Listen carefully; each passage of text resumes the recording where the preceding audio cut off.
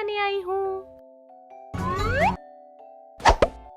जिसका नाम फूटा घड़ा। एक गांव में श्याम नाम का किसान था। उसका एक छोटा सा खेत था।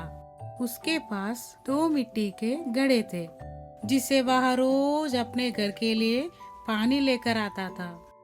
लेकिन उनमें से एक घड़ा फूट चुका था नदी से पानी लाने पर, जिसकी वजह से एक घड़ा भरा हुआ रहता था और दूसरा आधा ही भरा हुआ रहता था।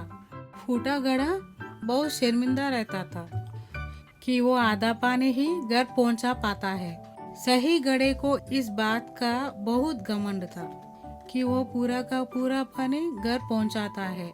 इसलिए वो फूटा घड़े को कहता है कि तू आधा पानी लाकर मालिक का मेहनत बेकार कर देता है। ये सुनकर फूटे घड़े को बहुत दुखी होता है। इस तरह दोनों घड़ों के बातें सुनकर श्याम फूटे घड़े को कहता है, तुम सिर्फ अपनी बुराई देख रहे हो, पर मैं शुरू से ही उस बुराई के साथ छिपी अच्छाई को भी देख रहा हूँ। इसलिए मुझे कभी भी तुम में कमी दिखाई नहीं दी। तुम्हें ऐसा क्यों लगता है कि तुम मेरे किसी काम के ही नहीं हो? जाने अनजाने में तुमने मेरी बहुत मदद की है। पर वो कैसे?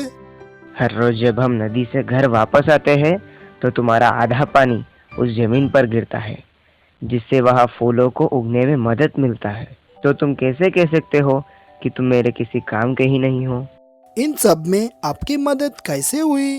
वो ऐसा है कि अब मैं खेती के साथ साथ उन फूलों को भी बाजार में बेचने लगा हूँ, जिससे मेरे पास और अधिक धन आ जाता है। उस धन से मैं खेत के लिए ज्यादा और अच्छे बीज खरीद लेता हूँ। ये सब तुम्हारे वजह से ही हो पाया है। इसीलिए तुम आज के बाद अपने आप को कभी भी कम मत समझना। सीख, हमें कभी भी किसी के हुनर का मजाक नहीं बनाना चाहिए, बल्कि उसकी अच्छाई को ढूंढकर उसे और निखरना चाहिए।